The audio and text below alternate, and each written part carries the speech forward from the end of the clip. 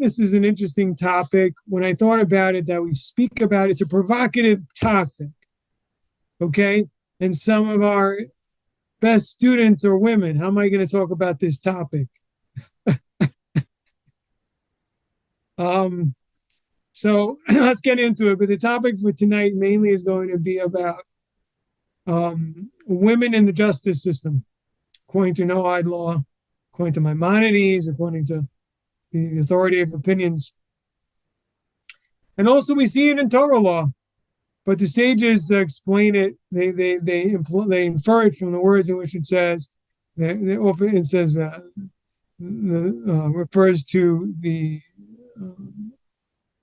witnesses as men, not women. Anyway, but I already am getting into the subject. Let's see it inside. And that's our topic. And I'd like to also discuss it outside, different feelings about it. I'm also like to discuss some rationales for this distinction, men and women. Also, our author kind of softens it. He's going to basically be discussing how, well, for one thing, that in terms of women are not authorized under Noahide law to be a judge or a witness in capital cases. And he says it's possible that the society community can agree they should do that, should have those roles in civil cases. So we really have to understand this. I mean, we need to understand why. Why should this be the case? And maybe it opens up a larger conversation about gender roles in Judaism, in the Hebrew Bible, and in Noahide law. Obviously within the seven, there isn't any distinction between men and women. So this is like a surprise. It's like within Jewish law, you do find there's a very heavy distinction between men and women, because men are obligated in all positive commandments, even if they're dependent on time, and women are not. And that's a lot of laws. That includes obviously the wearing of the tefillin, the phylacteries, and praying 3 times a day. Although there's different opinions, some say women should pray 3 times a day, but and also the heavy burden on Torah study. So those are some, but I mean, let me think of some other major rules. Well, saying the Shema is another one. Women are not obligated to say the Shema, the reading of the Shema reading. That's something that's dependent on time. They're not obligated. Okay.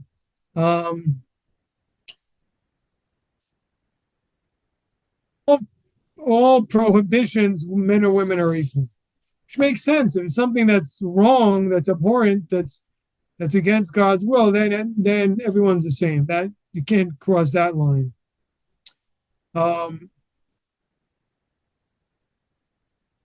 Let's see, is there anything interestingly? Well, anyway, that's kind of the idea. Now, Noahide law, you don't have that. So if that's the case, so why are we making this distinction when it comes to the courts, and it comes to witnesses? What is this? So let's see if we could figure this out.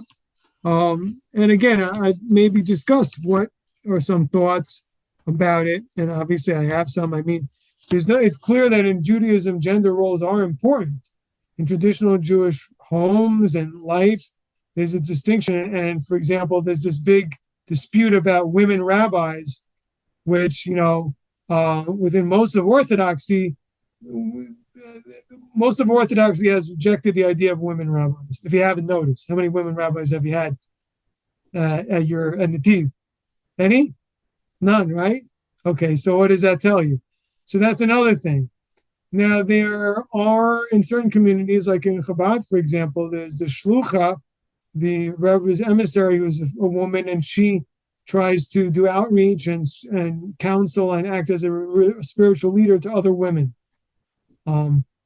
So we should understand this also. I think it's in a similar context, though maybe different, but I think there's a corollary between these gender roles we see in Orthodox Judaism and between this law about the role of or the adequacy and sufficiency of a woman's testimony and her qualification or her disqualification, I should say, as a judge in capital cases.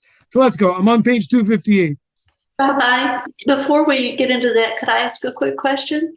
Yeah. Along the lines of a woman not being a rabbi, I have heard certain women referred to as, if I'm saying it correctly, rebbitzin. Right. That just means she's the wife of a rabbi, or is that saying she is a rabbi? The wife of a rabbi. Right. Okay. Okay. Which traditionally a wife of a rabbi has been given a certain degree of respect in her own merit, but she's the wife of the rabbi. Okay. Okay.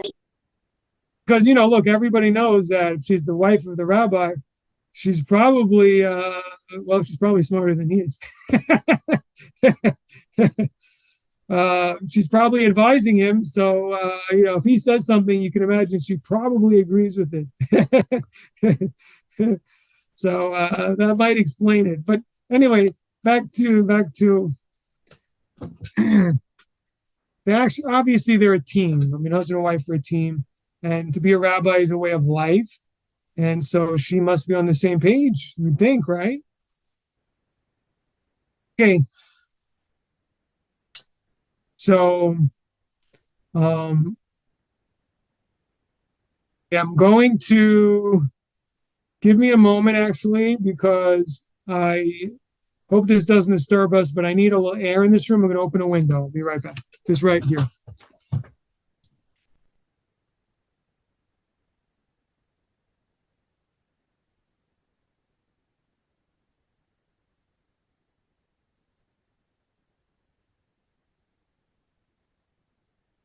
Okay. So on page 258, the personnel of justice. The dimensions of justice to testify, judge, and punish devolve upon society and ultimately upon the persons placed by society or circumstance in those positions. So the responsibility to carry out justice, testifying, judging, and punishing is that burden rests on a community, but ultimately upon the people that society places that burden on, or the people who, due to circumstance, end up there, meaning to say, maybe they take some initiative and then the rest of the community says, okay, you're the one who should be doing this, whatever the case is. That authority falls on them. Now, failure to carry out these roles of justice is itself a transgression of the Noahide precept of justice. So failing to carry out the justice is a transgression of this law of instituting courts of justice. Okay. But that also means that specifically that violation will fall on those who've been deemed who have the authority and responsibility to adjudicate and to ensure that there is justice, right? All right. Now, for this reason, as we have noticed, according to the first view, the men of Shechem were punished for failing to carry out justice, right? So they failed to carry it out. So they were punished, people of the men of Shechem. Now they ask the question, why was it that only the men of Shechem were punished? What about the women? They didn't execute the women, only the men. Although the women seems to have been taken captive, if I remember the verse correctly, it wasn't like they were completely off the hook there, but the point is they weren't given the execution that happened to the men. You know, that's a whole other question for another day as far as the verses. I think it says that Simon and Levi and his brothers, probably the brothers of the sons of Leah, I think they took the women and children. They took them as as part of the, how do you call it in English? Well, one word is booty, as there's another word for the spoils of war. So I don't know exactly what that means. It doesn't say what exactly happened to them. Obviously, in those days, what it was, people were taken as slaves. I assume that they were taken as some type of servants for the family, but I can't tell you for sure. It leaves it as an open-ended question. But anyway, that's an aside. The point is that he's saying here is that, as we said before, Maimonides understands that the men of Shechem were punished for not carrying out the law of adjudicating the case against Shechem and bringing him to justice. And so that wasn't done to the women. They were not punished. Why not? According to the first view, an important function of justice is to stop misdeed. You must stop misdeeds. In other words, even if we don't have a court, if you see it, has to be stopped. In the absence of a lawfully functioning state and courts, each spectator of the crime becomes responsible as a witness to step forward and, if need be, to judge and punish the crime.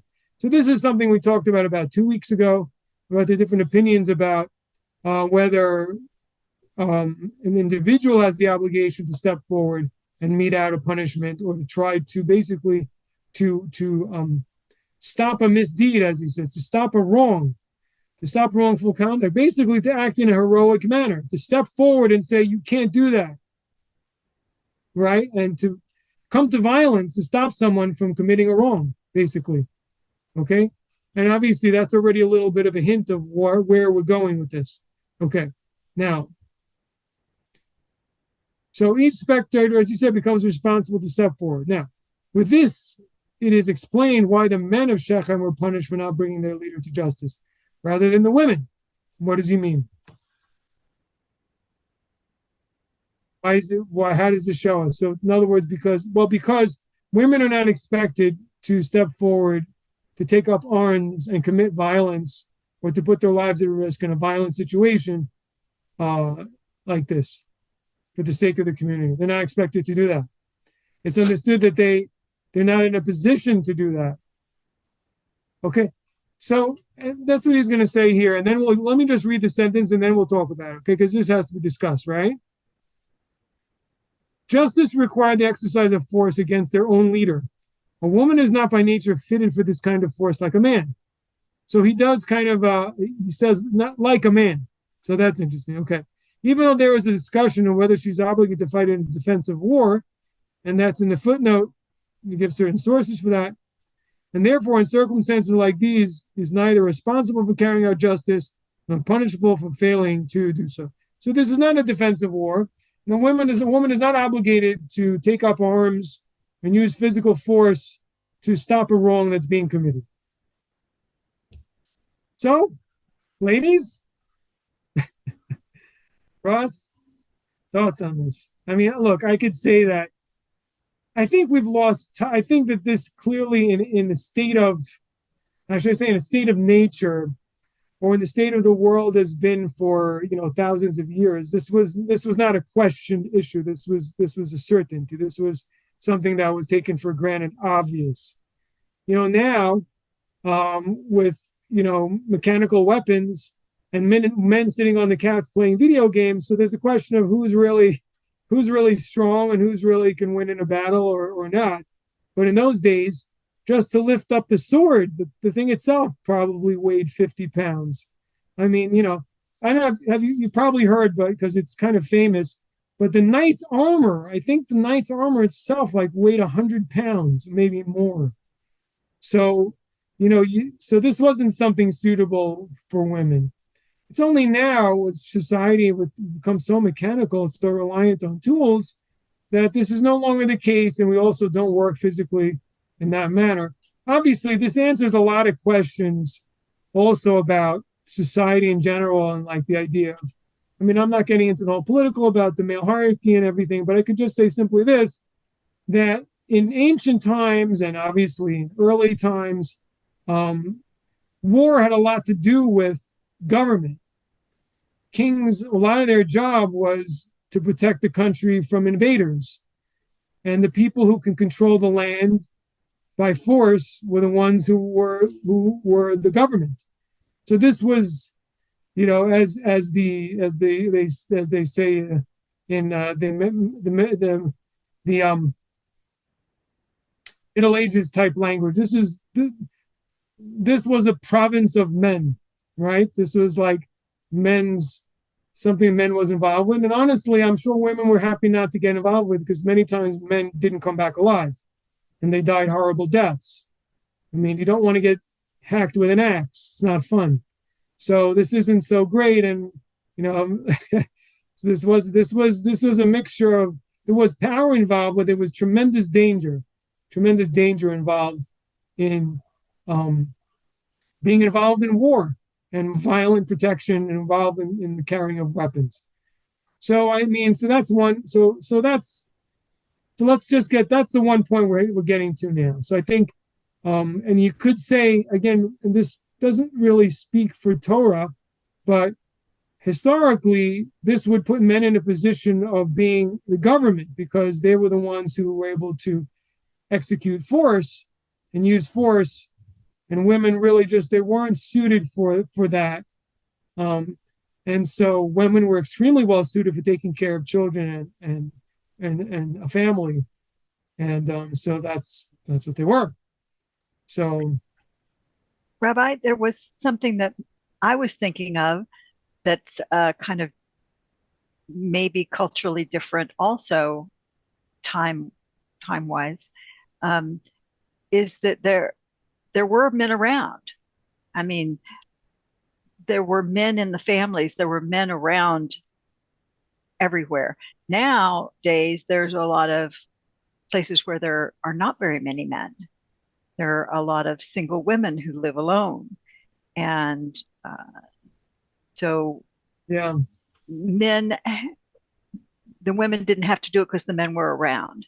And nowadays, the women might have to step up and do something because there are no men around at that particular time and space. yeah. I mean, this is getting into very interesting cultural discussion. I mean, first of all, in times past, women sought out men, and even if they were not really so happy about it, because as I'm saying, maybe for reasons of protection, maybe for reasons of women being subject to having children and not being able to be in the workforce for extended periods of time. And so women were expected to get married. They themselves, for their own benefit, were looking to do so, and they would take a man even if it wasn't exactly what they were looking for. And they also would take one even if they were still living in poverty. They were still married, or at least they were still living with a man, etc. That also explains why in ancient times there were men who had multiple wives, because women there were probably quite a few women who would be happy to be a second wife to a very wealthy man than to be one wife to a very poor man. And so obviously that's also something that people don't think about today, because we like to be very romantic about the idea of marriage. But obviously, as women really know more than men, it's a very practical aspect of marriage and relationship. And so, people look at it as being very demeaning to women. But in a certain sense, women in those days, there were at least enough women who sought that out. Because otherwise, it's like you said, this is the result. The result is many women are left without a husband because there's maybe a couple of billionaires who only have one. So, and then there's a lot of men who are not adequate to be husbands. So I can't say what's the right decision in that kind of situation. I'm just pointing out certain natural realities, and also that women's menstrual cycles. I think I heard certain philosophers, I think, recently speak about this idea about, or historians, I should say, that, women menstrual cycles, they didn't have the same padding or different things that women have today. And it was a time that maybe there was certain embarrassment, and women maybe stayed more in a more private place. There wasn't painkillers to help you cope, with the pain of the menstrual cycle. So there's also another thing. I mean, I honestly think that you could disagree with me, and this may sound a bit chauvinistic, but I think that women tend to be much wiser than men in many ways. The men stay cooler under extreme pressure and crisis. And there may have been a lot of those, in the old days. There may have been a lot of crises, and women sometimes panic or get very, or hysterical. Men seem to stay even keeled, even though women maybe have a better clarity about what to do. So that might play also some role, and just in case. The problem is, if you're facing more crises, so then that might have been a reason why maybe men took certain leadership position. That's probably something I might get attacked on the internet for. I don't know, but I think there's something to it. I'm trying to distinguish. I think it's true that women have tremendous clarity sometimes, particularly in practical things. But at the same time, they can. Anyway, I'm not going to repeat it more than this one more time, but there's a certain coolness I think men seem to be able to keep, even though they maybe don't make as good decisions sometimes. but maybe that's needed because when you're in a very difficult situation, you have to keep a cool head. So I don't know, but that may not be true across the board. And certainly in a lot of situations, particularly when in regard to a woman's family or things that are very close to her heart, she can act in a very bold manner. And so, yeah, it's a very complicated issue. But anyway, what we come to, so that's why I really wanted to just take this step by step. And we're going to get to other points too. But the first point is that just in terms of being the person to stop the wrong, which is how justice began to develop, women were unsuited for that. That's our first point.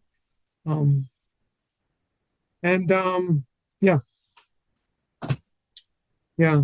I think I we'll talk about this more, but as far as what you're saying, Nancy, I think again, I think first of all, like men and women have to want to be together, and also, like I said, I think as a man, I could say this also is that I think a lot of men have been there's multiple things. First of all, their ability to provide has been significantly diminished in the Western countries.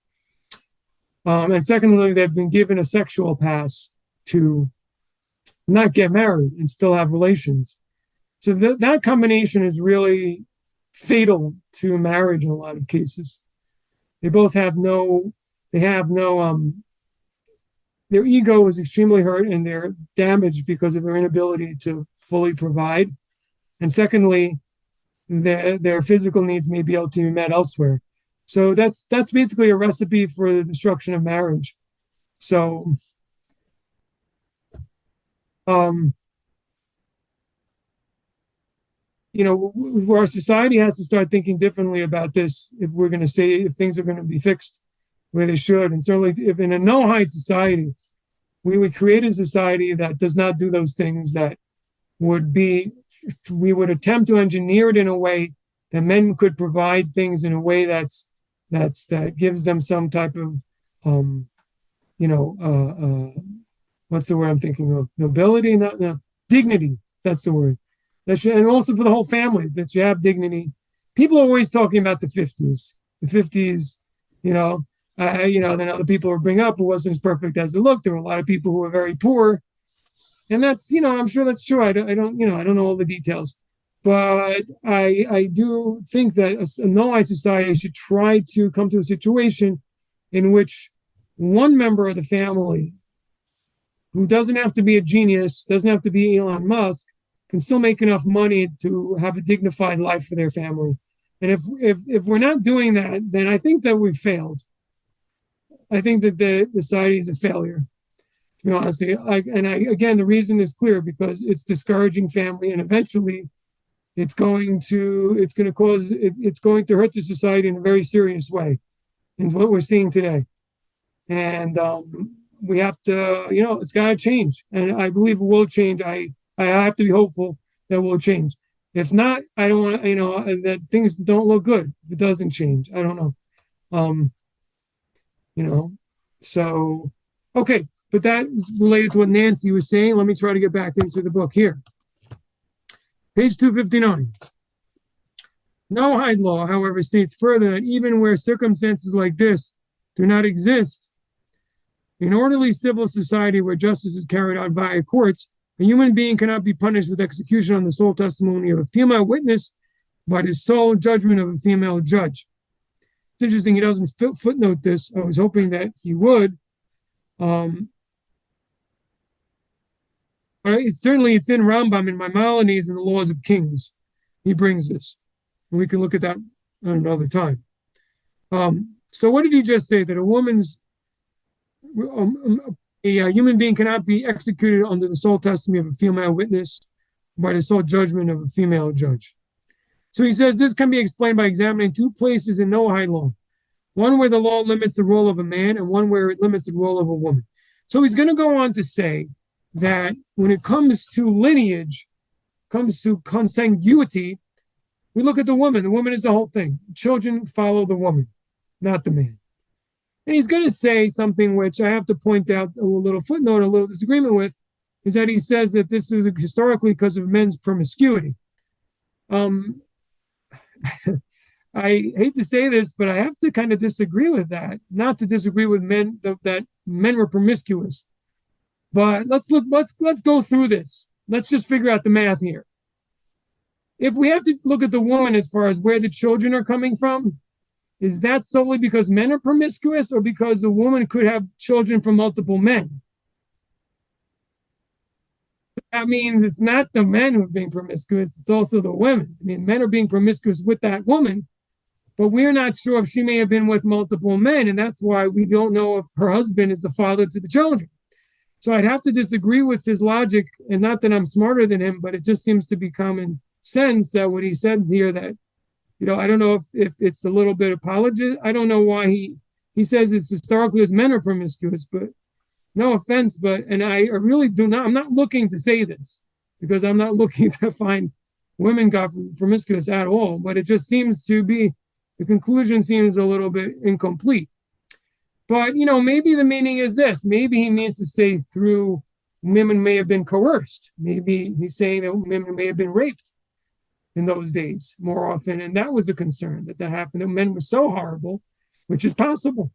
That could also be another explanation. And that rape was so common that we couldn't be sure as far as the paternity of a child in early ancient times.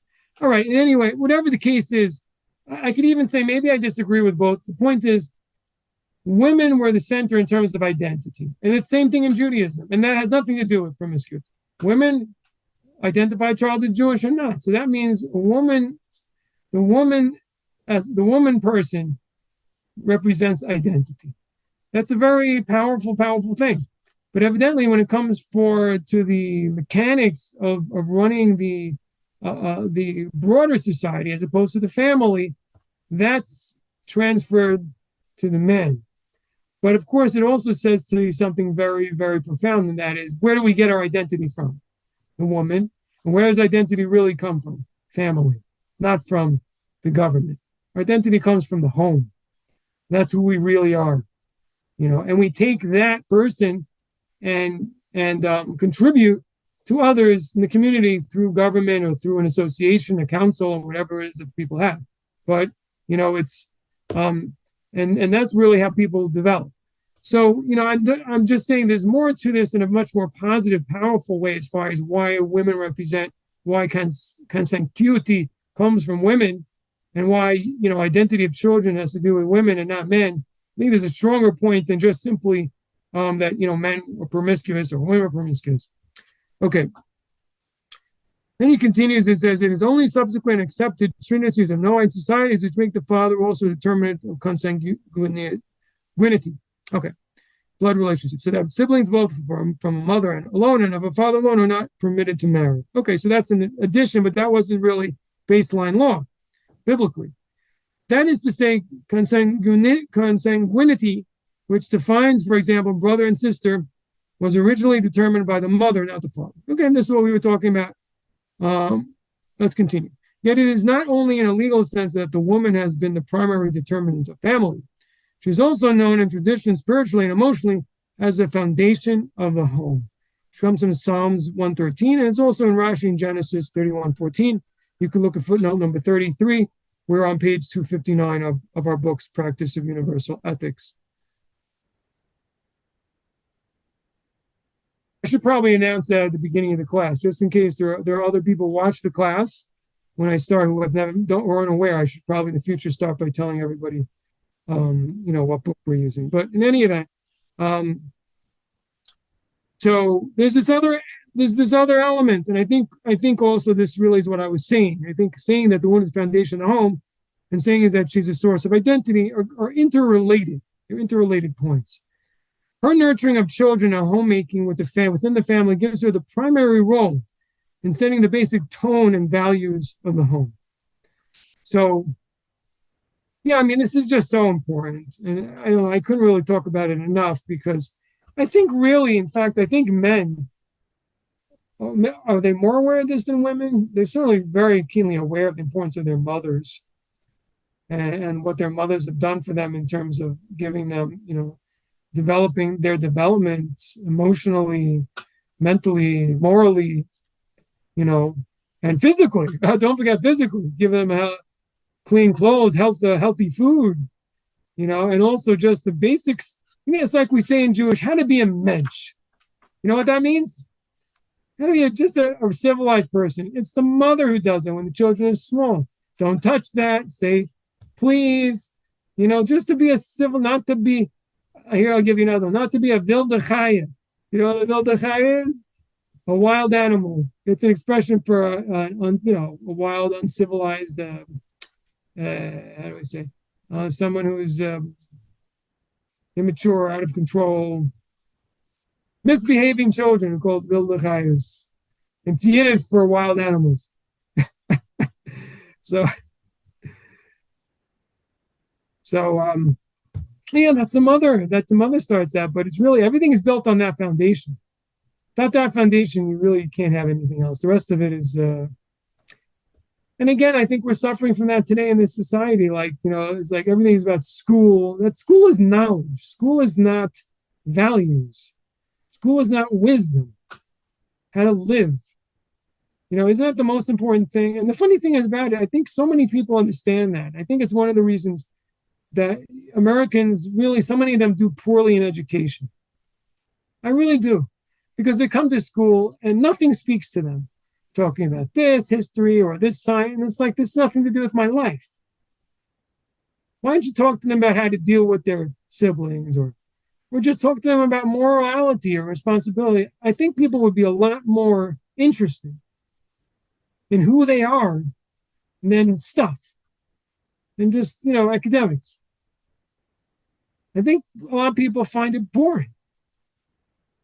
It's of no connection to their life. Think of the teachers talk about, things that have to do with the relationships, teenagers, social relationships on their mind. I said, I'm going to talk a little about it, or talk about being an adult, what that means to be an adult. You got a lot more interest, I think, than talking to them about chemistry. I mean, what do they really care about? And the funny thing is that the more we get technologically advanced, the less people have to know anything. Like the average person, everything is made for them. Everything is just push a button. Like in the old days, speaking about mothers and fathers to teach their children how to live. This herb was a medicine. This is something you can eat. This you can't. They taught them practical things about how to deal with the world. Now, someone else that's been transferred to others, merchants. They sell you everything, and then you have what you need. And people don't really know anything about practical life. And I think it's a big problem. I think naturally, there's a large segment of the population that doesn't have academic brains. They have hands-on brains. And they're not, these things that they teach in school don't resonate. It doesn't resonate with them. And again, it makes sense historically. This isn't what people needed to know. People need to know about how to live within nature, how to take care of their clothes, their food. I think they should teach people maybe more mechanics and teach people, things, and then teach people a vocation. It's up to them all this junk that they know. If they want to read it, they'll read it. Teach them how to read. Teach them how to if they want to. I think those should be electives. I think a lot of these basics mathematics you have to know. Reading, it's like the old days. Reading and writing you have to know. Mathematics you have to know. In our society, maybe some technology you have to know. Teach things that people need to know. Teach people about chemicals that are harmful. Teach them about how to behave. Anything that's really important. I mean, people need that. They'll listen, and then you'll teach people something. Anyway, it's funny I'm saying this because I have an academic brain. I don't really have, I don't have a problem in school. I did fine in school. But I know that there's so many people this way. It's a tremendous problem with millions of people in our society that are flunking school. And I really think if we give them, there used to be a time, my mother told me in the 50s, where there was 2 tracks. You had the academic and vocational. I don't understand why they got rid of that. There are a lot of people that are just not suited for academics. Why am I talking about this right now? I think it had to do with the tone and things learned in the home. And I'm saying that we've, transferred teaching to school, but really haven't. That's part of the problem, is that this idea that that teaching goes on in school and parents just go to work and come home and they're exhausted and they don't teach their children. But that's really not working. Children are not learning what they need to learn that way. Which again, what I mean is they're not learning about how to live. They're not learning wisdom. They're not learning also practical things about life. Some people do learn those things from their parents, and they're very lucky. But my point was about the reason for this. Again, I'll repeat it, and then we'll move on. It has to do with the woman being the foundation of the home and her contribution, and that's what came into practical teaching, which I think is primarily part of what women traditionally did. That's why this came up, because men were away. Yes, men still, I mean, fixing things around the house, and things like that. I remember my father tried to teach us some of those things, but I wasn't very good at it, and he wasn't very good at it, unfortunately. My grandfather was. He was a machinist, and he was pretty good at fixing things. But ever since then, kind of downhill. But I see the loss. I see the loss of that, and I also see the loss of maybe some other things like, like I said, I think in terms of just this is a danger, like, I don't know, whether it's you walking in the woods or even things around the house of how to, there are certain chemicals or certain materials or certain substances, good, bad, what can they be used for, and these are things that people need to do. How to take care of children, babies, very big one, to teach, particularly women, but both to teach them how to take care of small children. And a lot of people in our community have that because, they're in big families, so the children end up helping out and getting instruction into how to deal with children, and they have smaller siblings, or sometimes often very small, when they see babies grow, where they'll maybe be 10 and they're or teenagers and having small, infant siblings. So, but that's another one. Like, how do you hold a baby? How do you, besides changing it, but the right, safe way to put it to sleep, and just disciplining children. I mean, it's like everything is in a lot of modern homes today. Both parents are working, and basically the mother has hardly enough time to just to relax, and there's someone helping her, and this and this and the other thing. So these things are kind of getting lost, of how, and then people go to self-help books to try to tell them how to do things. I remember, like, my grandmother, my father's mother, particularly, having this attitude of, this is how things were done in my family. This is how we did things, period. And there's certain strength to that, This is the way it was done. This is the way my mother did it. This is, it's like the Fiddler on. Have you ever seen Fiddler on the Roof? Since you guys are a little interested in Jewish stuff. Tradition. This is how the mother did it. That was it. This is how my mother did it. But it really is a very powerful thing. It's a very strong thing. And I'm not saying that people should do everything the same as their mothers. It doesn't always work out. But the reality is we really do learn things from our parents, whether we like it or not. So let's learn some good things, right? As many good things as we can. But again, this is all, I believe, not kind of implicit in what he's talking about, the foundation of the family, and we've lost a little bit of this, maybe quite a bit, but this is what, but in the religious community, you have it more where the younger daughters, help the mother. They see how she prepares for the Sabbath.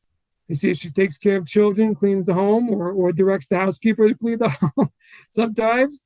But, and that they know what to do. It's really important. It's really important. No school can really teach those things. And no school does teach those things to you.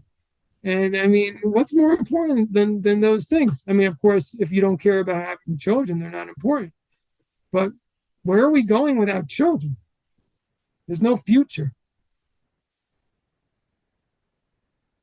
It can't really be about us. And in reality, what people also don't realize is, because they haven't faced it, is life being only about us is a very weak life. It doesn't give us really a lot of determination, as people think. If things go well, then you're flying high. Wow, I love my life, making a lot of money, Wall Street, living in a fancy apartment. But what about when things don't go well? What are you living for? There really is no answer. But when you have a family, there is an answer. And when you're thinking of your future and your children and the generations, that really gives you the strength to get through things that you may otherwise have difficulty getting through, you know? And so, it's fine as long as everything is okay, but things don't stay okay forever, you know? We could be living in a time of great bounty, but,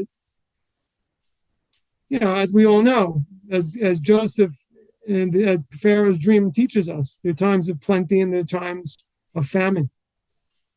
So, I think people have to start remembering that point, that they don't even realize it. It's kind of this Hasidic idea, like there's a superficial part of us, and then there's a deeper subconscious, very deep identity within us. And that's really part of this identity of the woman. It's like who we deeply are inside, and what we really love and what we really believe in. Sometimes that's covered by a lot of dross and a lot of junk, because we get excited about this and that and this and that and the other thing. Again, and people are telling you to get excited about this and that, a lot of money, a lot of fancy things, fame, I don't know, vacations, big homes, big cars. But again, when everything falls, like that doesn't keep you going. And what happens when you don't have it? Then you're nothing. Then you're nothing. And these are only possessions. These are only things. It's not it's not a reason for living in a deeper sense. So this all has to do with a woman being the foundation. Believe it or not, this half-hour conversation has to do with the woman being the foundation of her home. Foundation of her home. Without that, that's basically the idea is, that's why also I think, to me, I never really understood this idea, where's women's role in Judaism? Like a lot of liberal or people who don't understand Judaism ask, who don't understand Orthodoxy, they say, women aren't rabbis. Women, yeah, but the thing is, our life doesn't revolve really around that. It's primarily around our family life. Most or Jewish Orthodox life, like probably also among other conservative people and family-oriented people, has more to do with the holidays. The real pleasures have to do with family.